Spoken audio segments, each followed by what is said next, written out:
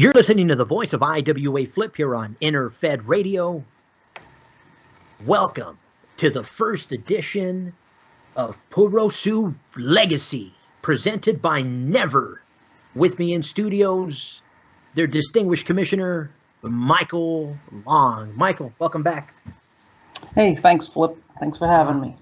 Oh, brother. I mean, I'm just glad we got something going with you. Like I said, I know you've been a big part of the IWA legacy here, and just glad we finally broke the ice and got you a show, man. Because projects come and go. I know we shared right before we got recording that you've had your hands in a cookie jar, or in the IWA cookie jar, for some time now, and we spoke the last time when we had you on our Play Your Way edition that you had a big part in kind of keeping the MRL going through its heydays. We also mentioned, I'm not sure if we mentioned on the show, but we were talking about you kind of helping out and keeping the Lone Wolf League legacy going there a few years. So you've had your share of commissioner duty. Sure. Out your time here in the IWA. Yeah. And this one here, your newest project. Right. Never Purosu Legacy. Kind of just fell in my lap. It started out originally as the failed NJL, and after about 4 cycles, that was going to close. So instead of letting it close, I took it over, revamped it, turned it into Never Purosu Legacy. Now, for those that might not have their Japanese thesaurus or their Japanese dictionaries out, I'm probably going to slaughter it 100 more times as we do this show, but Purosu Legacy is it's a style of wrestling in Japan. So it's like the traditional style where not off the wall, there is very little, like you're not going to find characters like Repo Man there or Earthquake. I mean, it's pretty traditional. It's like, hey, you're Michael Long, you're Flip, go and get your action going. It's kind of the way WWE has kind of transformed itself over its time period that I've seen it. I mean, because I remember more character based. Obviously you had the Laughing Stock, the Red Rooster. I mean, I hated what they did to the poor Red Rooster, man. I was like, are you kidding? That's the best type of character. Like he should have just came in as himself, like the Red Rooster. But yeah, that was pretty sad, right? But Purosu is more traditional based, traditional wrestling as yourself, no character. Kind of just pick your name and have at it. Is that safe to say? More or less. They pretend it's more of a real fight than they do here in the States and other places. Okay. And focusing on things like the person's tenacity and their heart and things of that nature. I would say that it's less character based and more personality based. Okay. As opposed to developing a character, it's more like developing a strong personality. Like what are you? Are you obviously living up to that bad guy personality or the good guy personality, the good guy trait? Sure.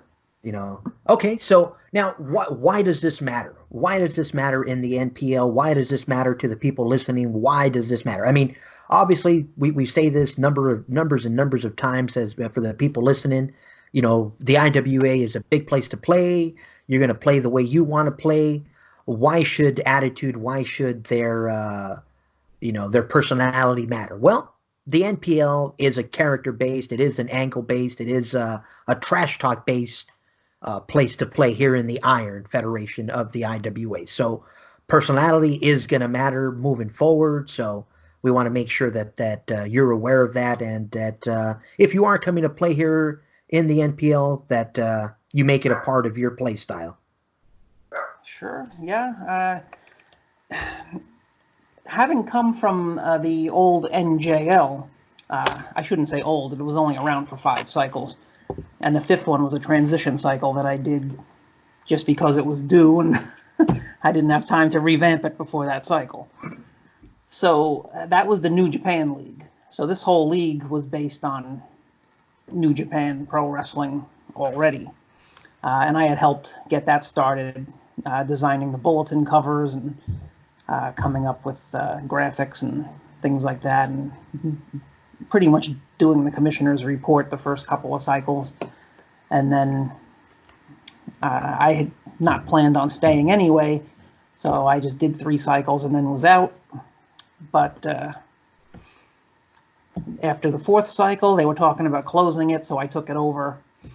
Wanted to keep it essentially similar to the NJL, but I decided to switch it around a little bit, turn it into the NPL, and just make it more about the legacy of Japanese wrestling, commonly called Puroresu.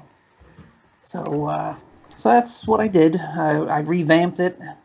I put that word never on the front because kind of the philosophy of the league. The letters all stand for various things. I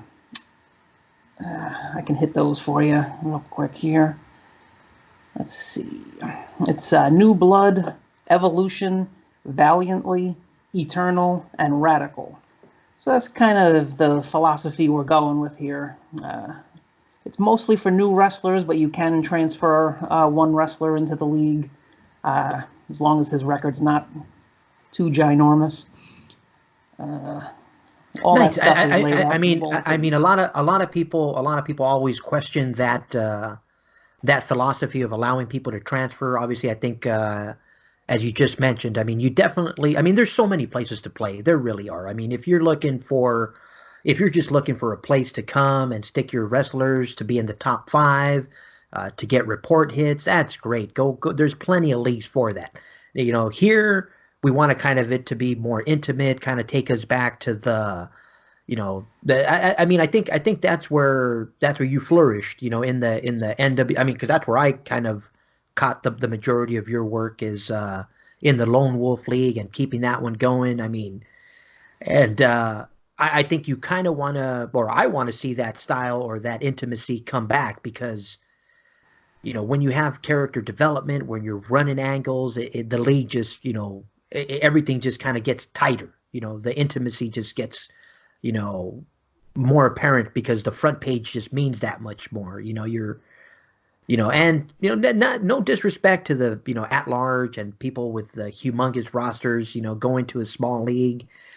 But, you know, it's something about building your character from within the league that makes it special. You know, shout out to Dr. Frankenstein and to, you know, some of the other characters in the Living Nightmare League that, you know, we just kind of covered in a show prior to this one, because there's some people that, you know, they become legacies within a league because of that. You know, they built themselves up through that league. So I you know, like I said, it's definitely something fun to watch, you know. Oh yeah. I agree. It's much better when it means something to you other than just what you won. Oh yeah. Now Now speaking of the structure, I mean, obviously we're talking angle-based play. We're talking, you know, kind of personality development for these characters, you know, because, you know, we want to build up angles, we want to build up pay-per-views, but obviously without your participation, it's kind of tough to push things forward. So we're kind of pushing for that iron-based player that wants some angle-based trash talk, and hopefully we get enough players here. I know we've had a few transfer over, so yeah, we got a couple of transfers in here. Most notably, Asuma Saratobi came over from the Lone Wolf League, and he had a tremendous year last year, Wrestler of the Year. Other things that he won, he did tremendous in the league. And he only had the one wrestler, so. so watch out is what you're saying. Watch out now. Yeah, so watch out for him because he's expanding though. So. Now something we do on other shows that I just want to make sure we get the champions' names slaughtered. I mean, read, so that we can give them their proper dues, because they are on the front page, and Sure. hopefully this. Oh man, I'm in for a good one here. Yeah, no, I'm good. I'm good with most of these. Yeah, here we go. I think you just said the toughest one. So this is NPL number 14. Shout out to yourself.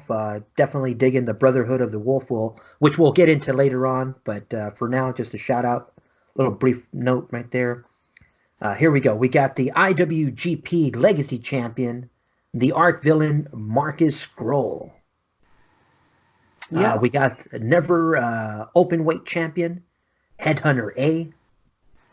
We got the G1 Climax Champion, Prince and Kagora. As I said that, I knew I was going to start slaughtering this one. That's a weird one. It's actually arrogance spelled backwards. I'm glad you brought that up. I was like, I'm over here looking at it with my eyes crossed, like, what is this trying to say? Okay, I don't like it. Okay, shout out to Prince Backward Arrogance there. Super J Cup champion, the question mark himself. Triple Crown, the phenomenal J.A. Styles. Phenomenal, huh? We'll see how that goes.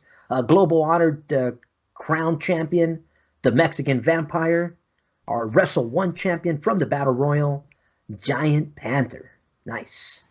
All Asia Champion, Falaka. Falaka? That's how I say it. Like Waka Flocka? Waka Flocka. Northern American Champion, Iruka Umina. Mexico Champion. Another Mexico Champion? We have 2 Mexico Champions here? No. No? You just did North America, and now we're on there we go. Oh, there we go. Mexico Champion. Yeah, we did the Mexico. Oh, champion. The Mexican Vampire was earlier. Ah, that's where I saw honored. Yeah. That's it. Interesting. The global honored champion was the Mexican Vampire, but the Mexican champion is the Japanese Vampire. That's what was throwing me off. Nice. Okay, cool. Also from the Battle Royal. So shout out to the Japanese Vampires for taking advantage of the Battle Royal.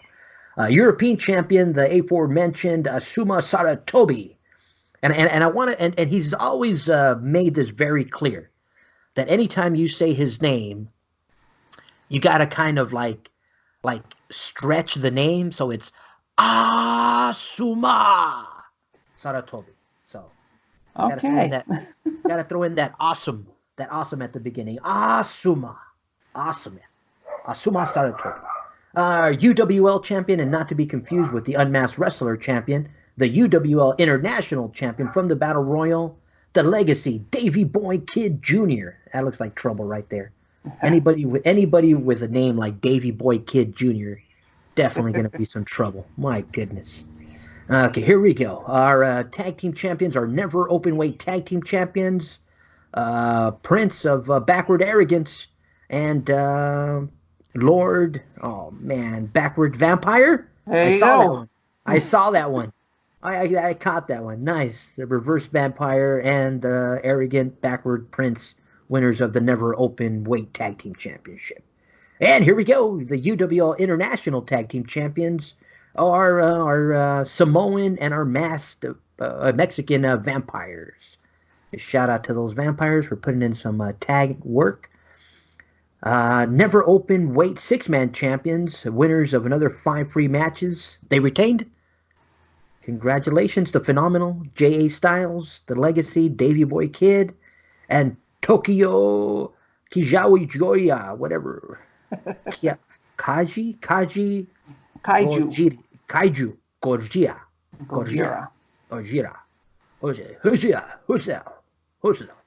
Okay, our UNL International Champions.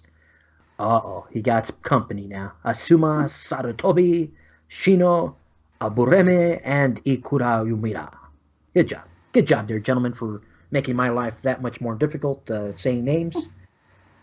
Man. But interestingly enough, none of these are champions are mine. All my guys sucked the cycle. Hey, join the club. So none of them are on this list. Hey, join the club. Jesus. Although there is one exception, the never open weight 6-man champions, J.A. Styles, Davey Boy Kid, those are not mine, but Tokyo Kaiju Gojira is mine. There you go. You found some kind of love on the title. I didn't sign that. I have nothing to do with that. We don't flow our strategies or anything. You know what? Shout out to those managers who had a typo and accidentally. No, I'm kidding. Hopefully he did sign that match, and hopefully he won as expected. But so I've been guilty of that a number of times where I accidentally have a typo, and next thing you know, I'm teaming up with a jobber, and I'm like, "Who the fuck is this? Right. Like, I didn't sign with this guy." But hey, it happens. Yeah. Now, for the record, since you had a lot of trouble with that name, Gojira is actually Godzilla in Japanese. You know what? It's stupid. I always catch myself. A buddy of mine at work is a big Godzilla fan, okay. And as I was saying it, I was thinking that I go, man, this just sounds so weird. But yeah, you're right. Yeah, they always go Gojira. Gojira. Yeah, and the word before that, kaiju, that's also a Japanese word, and that's what Godzilla is. He's a kaiju. It's like a monster. That's what Right, and the first word is giant lizard, right? Is that giant lizard, right? Gyuru? Tokyo? I think so. Well, Tokyo is the capital of Japan. No, not Tokyo. Oh, you mean kaiju? Gojira. Yeah, Gojira is giant Godzilla. Lizard, right? Oh, I don't know. Yeah, I want to say it means. No, it's Godzilla. now I'm gonna have to look it up. But I'll look it up and I'll tell you next show. We'll talk about that next show. It has God in it, so maybe it's a godly lizard. I don't know. A big lizard, yeah. Believe me, I've been wrong many a times on my show. Many a time. I have many amendments to these these wonderful statements of mine. But we'll bring that up next time. So now, let's get a little into in-league play, because obviously, you definitely want to kind of guide this league and the players coming into this angle base, into this trash talk, into this character style of play. I mean, because I'm assuming it's what you enjoy. It's what a lot of people enjoy in the game. Sure. The NPL is a limit of 6, so you are limited to only 6, kind of keeping the playing field even, which I think is also healthy for a league. Now, yeah. Even though there are hundreds of leagues to play in, Michael, there are only a few dozen with commissioners, I would say, that are consistent, that are kind of that have a good enough grasp of the game to actually make the play in that league enjoyable. Right. I think in talking before we hit record, I mean, you have a history of being one of these commissioners that enjoys revamping a league, kind of getting it to flourish. When I asked you earlier, hey, what is the elite status, something that you're looking forward to? You're like, no, it's not that we're not looking forward to it. That would be awesome, but you're more concerned with in-league angles and in-league character stuff to be developed before that other goal can even be reached. You're like, I don't really have that kind of a goal. I'd rather much see people have fun. I want you to come to this league.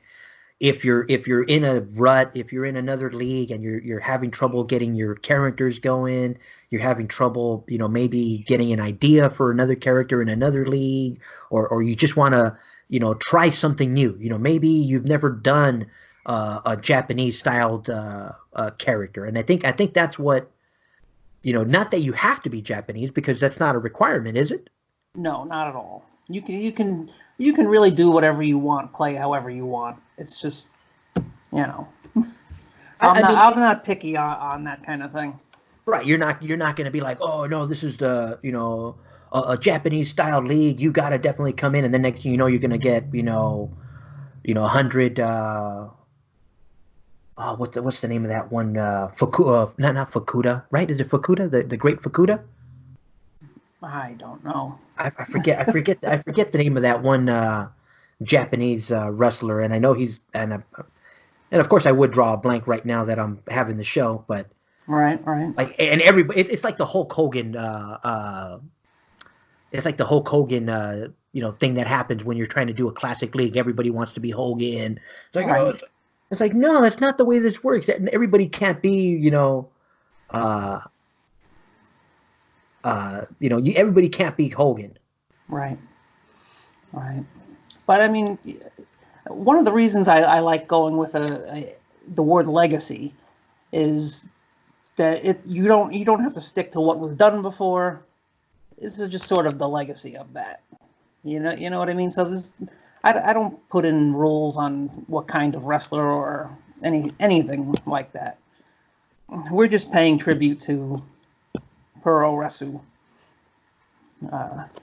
as best we can, and however you want to do that, that's fine with me. Right. It's definitely no restrictions on it. Definitely, and I think that's healthier. To move a league forward, it's definitely healthier to have an open-ended, in terms of the characters. Right. Right. Oh, Yeah. the great Muda, not Oh, the Fukuda. Great Muda. Yeah. Okay, I know who you mean. Okay. Yeah. So, and again, it's just something along those lines. Like, not everybody has to be the great Muda to come into the league. It's like you can run your character. Just tell us a little about him. Tell us something to get us moving. And I think that's the one thing that you are, as I'm looking at the bulletin right here, is with the current cast that you have. There's a lot going on already. Like, so Sure. you're not waiting is what I'm trying to get at. It's like come, No. the action is happening. Like, we're not going to wait for you to get here. Like, if you want to be a part of this action, come over. It's more like what I'm seeing, because as I'm looking down this, and I know this could confuse some people, because obviously, when your focus is in league, you're not really concerned on what's happening, throughout the rest of the IWA. Not that that's hey, that's just what happens sometimes, because you're so, you know, focused in. And I think I asked you this last time, like you got a UWL Heritage Champion, Hmm. and you're like, yeah, of course I do, of course I do. You're like, Don't you're you? not. You're like, don't you? Like, because you're not focused on that unmasked wrestler league. I mean, that some people might have their attention on, But and again, so in league, there's a completely different UWL. So don't come in here getting confused, because Flocka is actually our UWL champion, right? Or he's Uh, challenging Phoenix, as I'm looking down on oh, this right, this this right. upcoming cycle. So, Yeah, the UWL Heritage Champion. He's our biggest champion commissioner title oh, nice. that Okay. you get. So that's then UWL is basically our version of IWGP, even though we do use that for a couple of our titles as well. But it's just the governing body, the way things kind of work in Japan.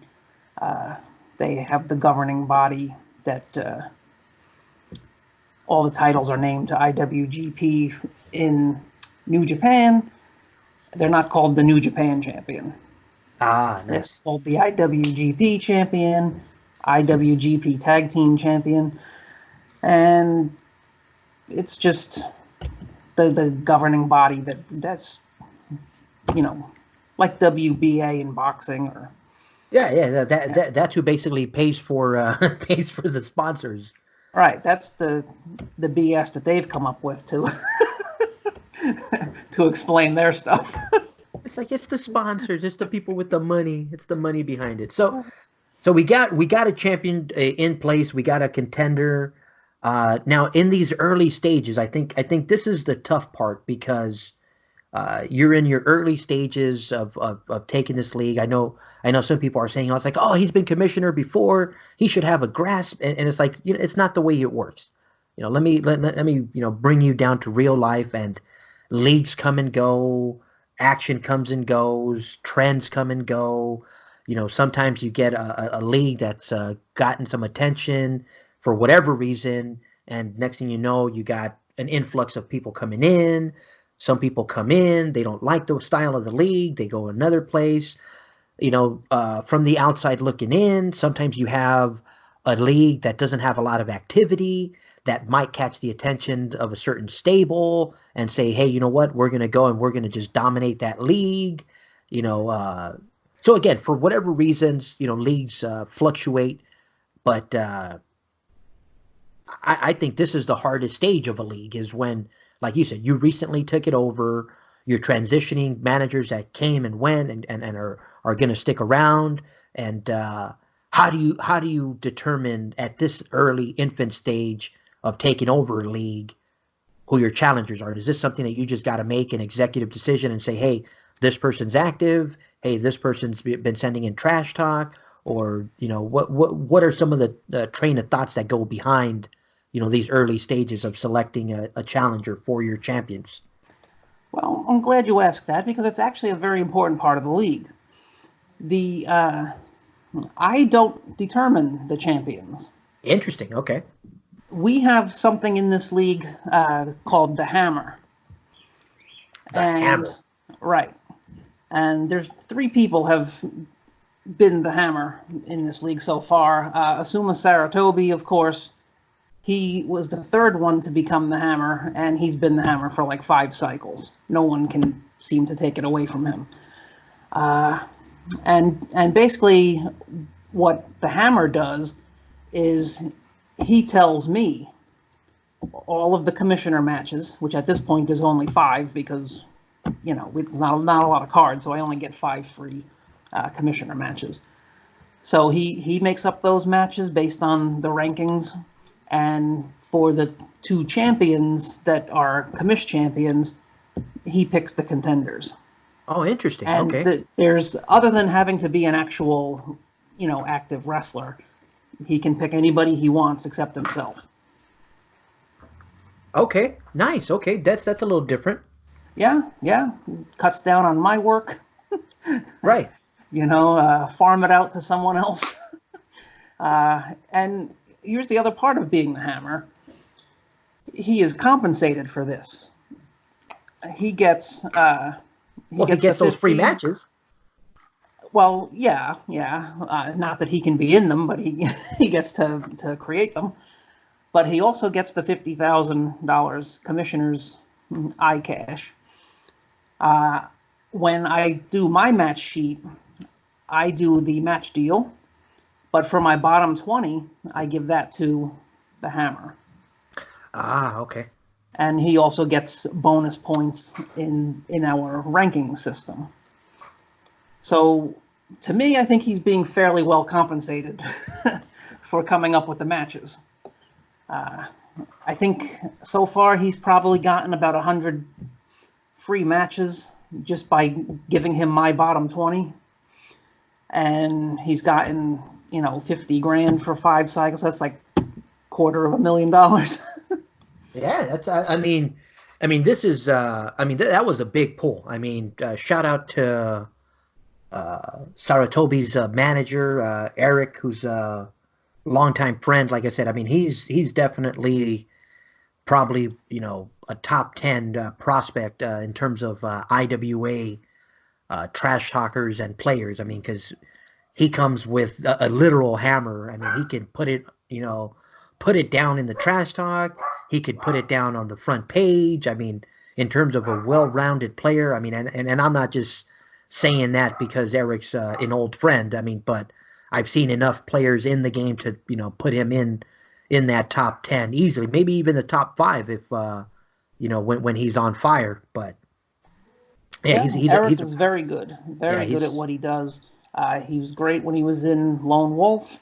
It's the character he brought over to NPL, and he's more or less dominated the league. So kudos to him. He's done an amazing job. I want to say he won the elite title with Asuma if I'm not mistaken. He may have. Yeah. I don't track those outside the league titles very well, so he could have, I guess. Yeah, no, I mean that's an awesome signing, brother. I mean that's one of those big signings that would definitely make the front page of any league if you got a signing like that. So shout out to that. Now, aside from Mr. Saratobi, I mean don't think I didn't notice J.A. Styles signing, because that's another one that is a big signing. I mean his tag team work right there is bar none. I mean I've had shout out to Mr. Slickum as well, because I've had my fair number of defeats to his tag teams.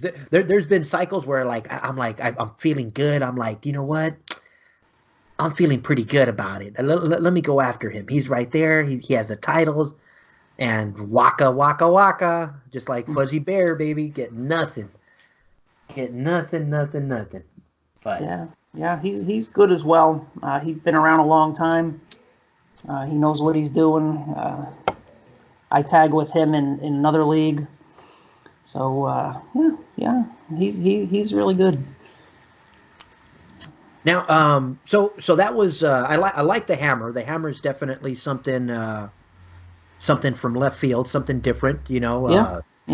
And he, in order to become the hammer, the rules state you have to be ranked in the top 10 in the commissioner's rankings. And any of those people who are in the top 10 can go against him. And if they beat him by 5 points, so it's hard to do, you got to beat him by 5, you can take that hammer. Nice.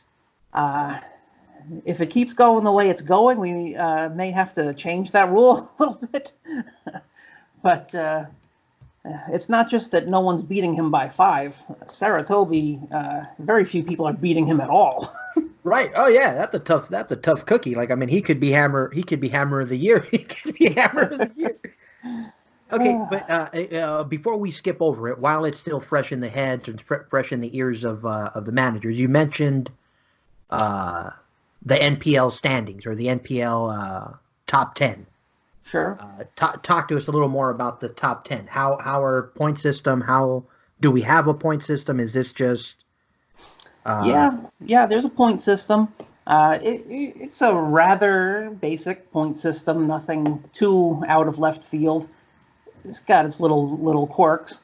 I think one of the things you mentioned the last time, when we were talking just general, was the point that I think not all your regional titles have the same weight. Right. I thought that was cool. Yeah, that's one of the things that I've often looked at and said, why don't we just have different things so that we get a wider range of points, Because when all the regionals are the same, you've got 10 people getting, say, 5 points for their regional title. You get a lot of people who have the same amount of points and like a lot of ties. Oh yeah, no, and I think moving forward, I think as you develop the league, if a certain regional has more weight, obviously you're going to get the people that are trying to buy for that hammer, go after those higher regionals, right? That's the idea behind it. Essentially, yeah. I've also noticed that just based on how the IWA does things, having a higher regional is more valuable in terms of when you get, when they, let's say that you have the second best strategy in the league. Doesn't do you any good if the guy above you had the best. Right. In terms of becoming the league champ. Or similarly, if the guy before you had the same strategy as you. Right. You're going to get a tie. He gets the title and you're a draw and you're nothing. So it is. There is some value to being a higher champion on the list in terms of order of getting your title shot. So I figure why not? And if you're in a league like Lone Wolf, where you have your own match deal, and in Lone Wolf, part of their match deal is that you get a match with every regional champion. Oh, that's right. So yeah, you get all 10. Right. And what I noticed with that was that since we all in that league have one wrestler and we're all fighting all 10 champions, you basically get a list of the Atlantic has the highest strategy, the next one has the next highest, the next one has the next highest. Aha. Interesting. You know what? Like I said, I haven't had too much lone wolf talk, but yeah, that would eventually. I mean, if everybody's doing the match deal. Right. Right. So it's not perfect, but I did notice that over time, being in Lone Wolf, that the better you do, the higher you are on the list of regional champions. That would make sense. Yeah. So anyway, I thought that would be something that I could play up in this league. Yeah, since I really didn't plan definitely adds variation to it. Yeah, I mean, and that being, I mean, that's an important thing to say, Michael, because again, this is something that fell in your lap, not something that you that you went in like, you know, hey, this is something I want to start. You know, and I think that also goes to, you know, to your play style. I mean, you saw an idea that had potential. I mean, obviously you're not going to take it over and just run it just for the heck of it. I mean, something there caught your attention. You know, something there was like, okay, this is something that as you look around the IWA isn't. I don't really see too many Japanese themed leagues. A nice niche. I still think it is a nice niche. I think with the right bodies behind it, I think you guys can, you know, pull. I mean, Iron is a tough cookie, though, bro. It really is. Yes, it is. I have not done well in my own league. I mean, I remember the brief stay that I had in Iron.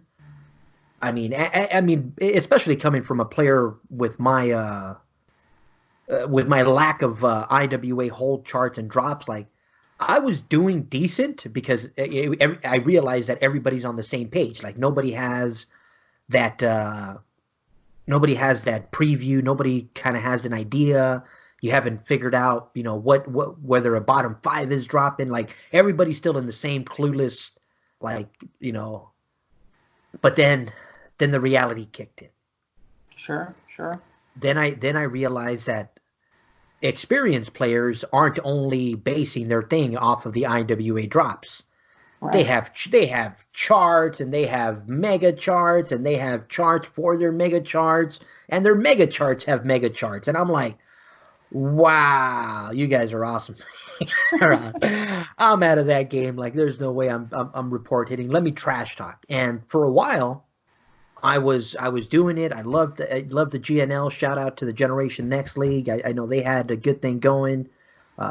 Special shout out to Commissioner Wes Nichols, who I think is pursuing his own indie career in wrestling. So shout out to him for even being in that shape and with ability to be able to pursue his own indie career.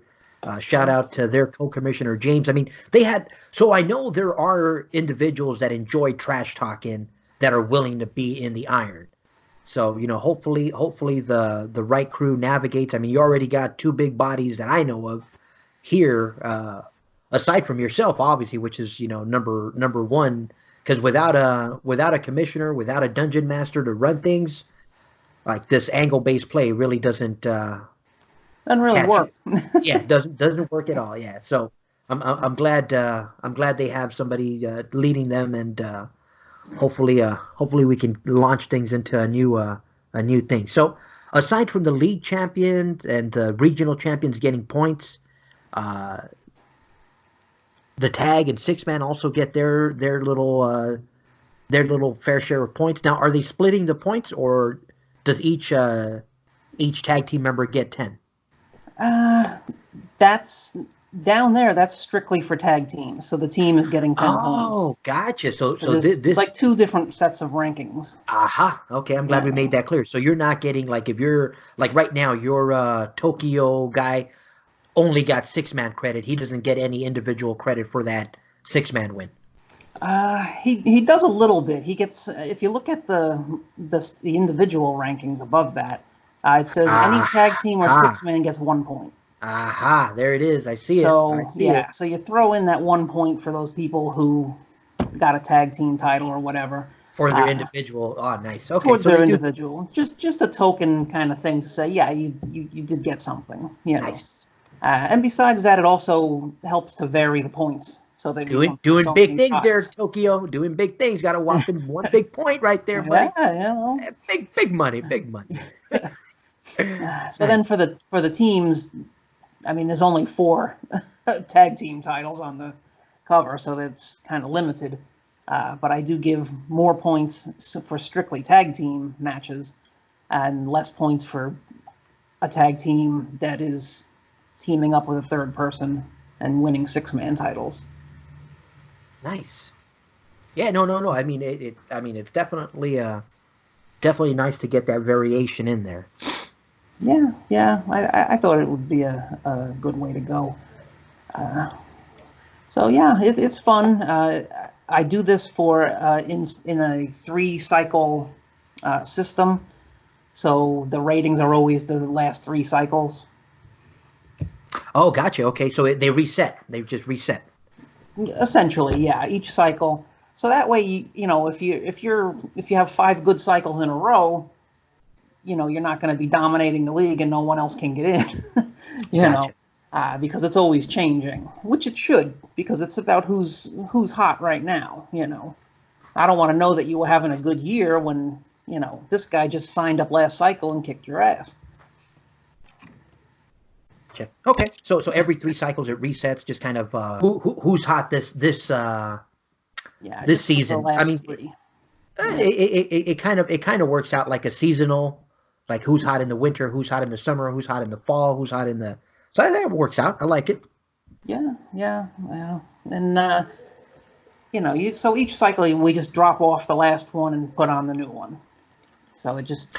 Gotcha. Yeah. Okay, so so it's not seasonal. It's just the last 3 cycles. Right.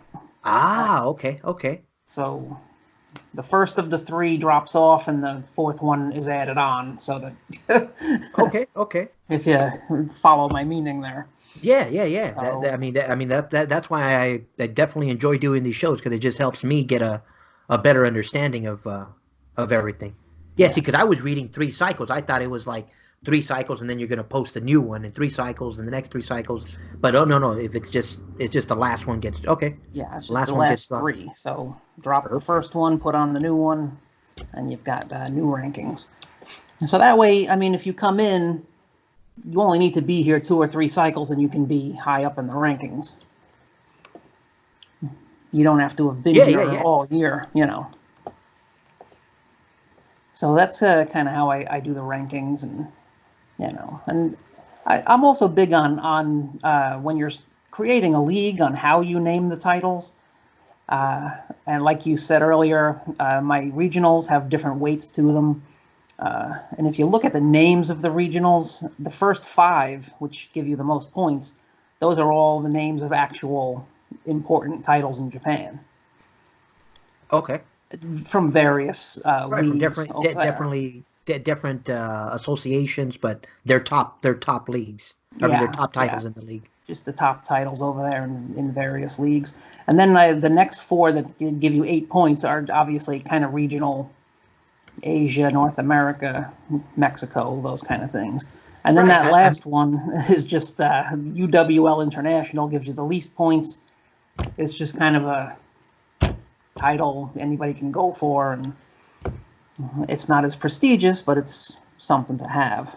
Right, yeah, and I think looking forward, I mean, obviously this is probably off-air talk more than on-air talk, but I mean, you could set up something like a regional commissioner title if enough activity kind of stems and brews up. I mean, just, you know, and then you could rotate from region to region. But and again, that's just probably more off-air talk than on-air stuff. Sure. But there are different possibilities for splitting up the regional championships like that. I think, I'm not going to take credit for that idea. I think it's something that I stole or that came to mind from the way Will Wisdom does it in his AWL. He has, Gotcha.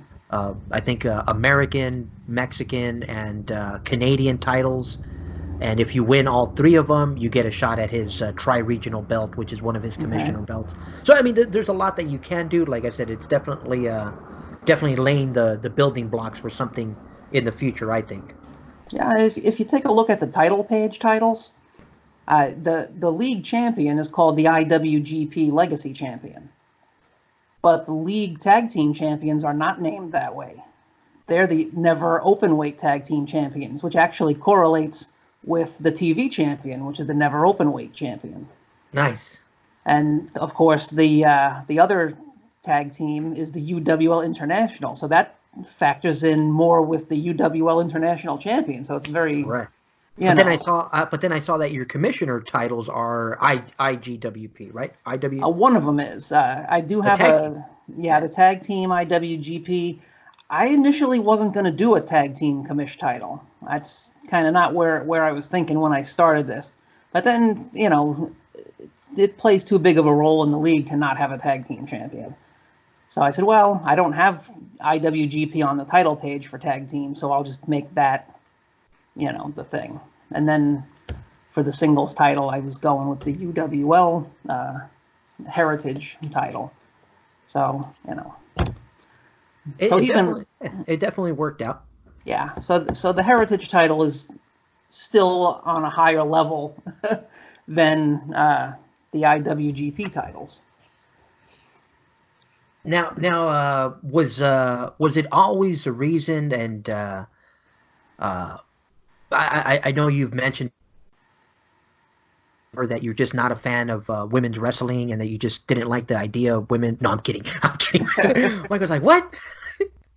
But did you? I mean, is that something that you just wanted to just keep exclusive? I did notice on there you put no female wrestlers, only. Well, here's the thing with that. The female leagues are great. I'm in one now. I was commissioner of a female league at one point. I've been in probably 3 or 4 in my IWA career. The problem that I have is having men and women in the same league. It kind of limits certain things. I mean, you're only going to have so many wrestlers in the league, and now Gotcha. Yes. Some of them are women, some of them are men. Then you have to have women's titles and men's titles, and to me, right. And I think you're thinking like a commissioner. Yeah, there's a lot more side stuff, a lot more restrictions that you have to put in place if you want to incorporate women as a part of your roster. And I think it's mainly a lot of work. It's a lot of work. It really is. It's mainly just because of limitations of IWA. Yes. Because I mean, it'd be nice to have a league with, say, 100 wrestlers in it.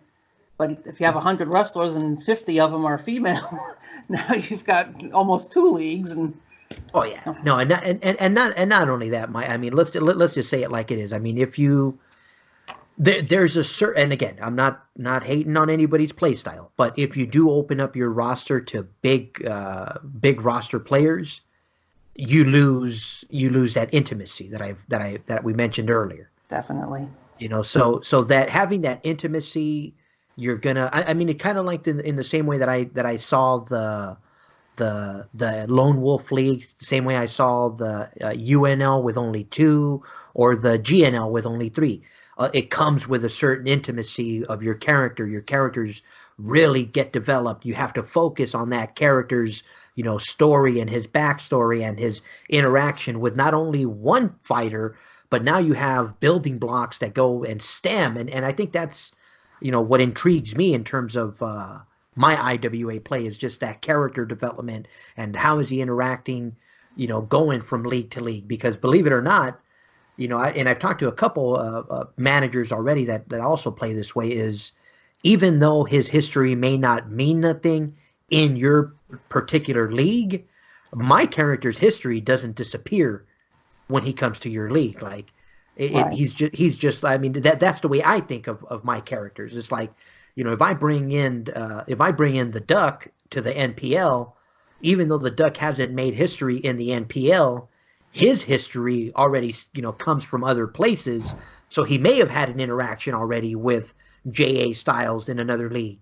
He's going to remember that interaction. He's going to, make that a part of his story moving forward. Maybe not in a big part, but in at least a pebble's worth of interaction, that he's having with certain managers, characters that he's had interactions with in the past. So, right, I think history is a big part of a character, and when I went to Lone Wolf, I was originally, oddly enough, I was using a female wrestler when I first went to Lone Wolf. Look at you.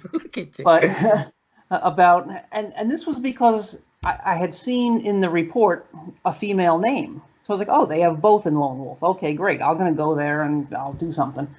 And it just wasn't going over. Too many people weren't interested. They didn't want to be involved. They didn't want to fight male versus female. Okay. So I said, well, this isn't working. Let me switch to a regular, a male wrestler so that I can fit in with the league. And like I said, when I got there, there were no other females in the league. I don't know where the one went that was in the report, but they bailed. So I was the only woman in the league at that point. So I said, this isn't going over so well. So what I did was I took a scrub, Stan Towers, skyscraper Stan Towers. He was a scrub in the league. He's, nothing but losses. And initially I made him the bodyguard of my female wrestler. Nice. But then I had stuff happen where she was injured and he was mad at people who caused this. And I had to convince the IWA to let me take over this scrub because he wasn't mine, And I told them I would replace him. I would put another wrestler in the league with a scrub strat, and that's actually Norman Conquest, who's in Lone Wolf still. Nice. I put him in as a scrub, and the IWA gave me Stan Towers to use. And they were like, well, why do you want this? And I explained to them because it's part of my angle. His record, which was like 0-1,000, to me that was his history, and that made the character in the league. You actually asked to keep the freaking record? Yeah. What the heck? And so I had to, and it was one of those things where, it comes at a price. I was never going to be in the top 10. Right. I couldn't, So, but you were willing to do it. You're like, hey, let me ride this out. Let me get my angle. Let me get my story time going, and let me just do this. Yeah, because the key to the character was that he was a former scrub. Nice, and having that scrub record meant something to me. Whether it meant anything to anyone else, I couldn't tell you, but it meant something to me. Right? No. Like you said, it's part of your gameplay, brother. That shit.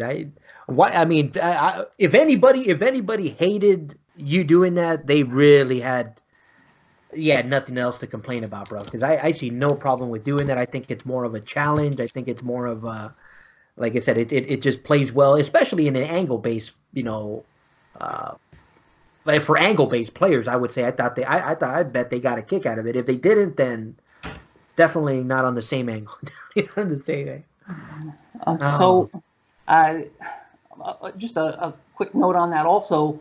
The first cycle that I had him as my wrestler, the IWA had a problem because they know that people are going to fight the bottom 20, and they're not going to be happy if suddenly Stan Towers is winning matches.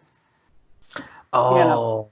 So the first cycle that I had him, I had to have a scrub strategy so that people would get their win over him, and then he'd be ranked, and it wouldn't happen the next cycle. Gotcha. Then he would be at that barrier line where he's active. Yeah. Okay. Because now he's active. He's a scrub that first cycle, and then we'll go from there. Nice. And like I said, these were hits I had to take, but for the character and what I wanted to do, I didn't care. I'll do it. I did my thing. And now Stan Towers is actually in the IWA Hall of Fame. He's ranked 994th. Well, it's not really rankings, but he was the 994th person in. And when I put him in, I had the IWA include his record. Oh, check you out! So his record is 1,042 wins, 1,897 losses, and 53 draws. Way to go, Stan Towers. So, I don't know if he's got the worst record of any Hall of Famer. He might. I don't know. I would venture to guess that, yeah, dude. If there's somebody with a worse record in the Hall of Fame, IWA, let us know. He's got about 850 more losses than wins. So wow. But he got in. It doesn't. He got in. Got in. Oh. All right, Michael. Is there anything else? I know we went sidetracking a little bit because we're so pumped up about our characters. But is there anything NPL wise that we want to get in on this one? I know we're building on it. I know we definitely want to see some more managers that enjoy that trash talk style. We have we have structure there. I mean, the good part is that, like I said, you're an experienced commissioner. I think we left out a big part, and I'm going to give you about another 2 or 3 minutes to briefly mention it, because I know it's still like other commissioners are more involved, and I know you were mentioning earlier that you like to focus in league, and that the other managers and commissioners that are working on this project are probably better to talk to. So we'll hopefully get them on as well. But the NPL is going to be a part of the Brotherhood of the Wolf when it all comes to light. Sure. Yeah, the Brotherhood of the Wolf started in Lone Wolf, which probably makes sense considering the name.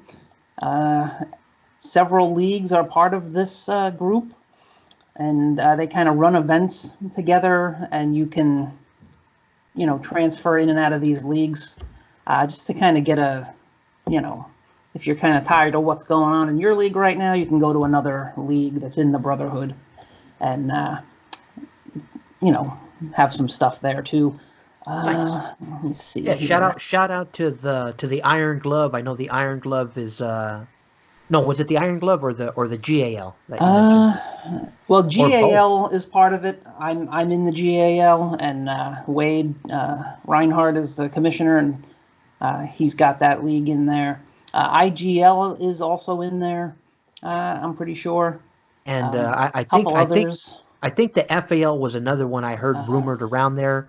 Yes, so, but and again, until it all comes to light, I don't want to, like I said, I don't want to start any rumors. But I know it's in the works.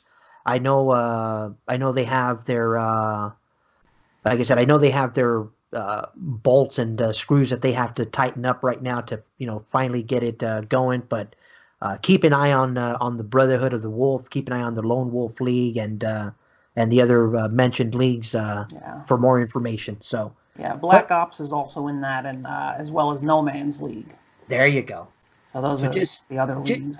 Just a few other leagues to keep your eye on. Like I said, they got something in the works. Like I said, definitely want to shout out, especially, these leagues that have commissioners. Michael, I definitely like to just at least shout them out, make sure they get some kind of attention. I know there's so many leagues. Not everybody peaks at every league, but, that's why we have these shows and try and get some extra coverage throughout the IWA. But hopefully when Iron drops, Michael, we can definitely have another one covering the March cycle and keep this going for the NPL. Hopefully things boom. Sure. Yeah, that'll be great. So probably next week sometime we can get together and go over some more of this stuff and see where things are headed.